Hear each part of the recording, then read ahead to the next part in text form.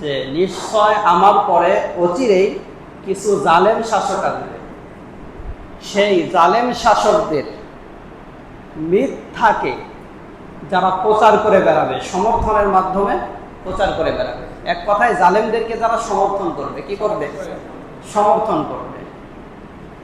লোক দিয়ে হতে পারে, নিজে সশরীরে গিয়ে হতে পারে, অস্ত্র দিয়ে হতে পারে, টাকা পয়সা দিয়ে হতে পারে, বুদ্ধি দিয়ে হতে পারে, যে কোনোভাবে তাদের মিথ্যাচারকে কি করবে? সমর্থন করবে।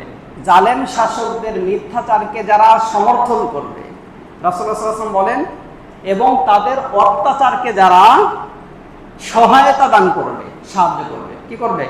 সাহায্য করবে, সে আমি রাসূলের দলের অন্তর্ভুক্ত নয়।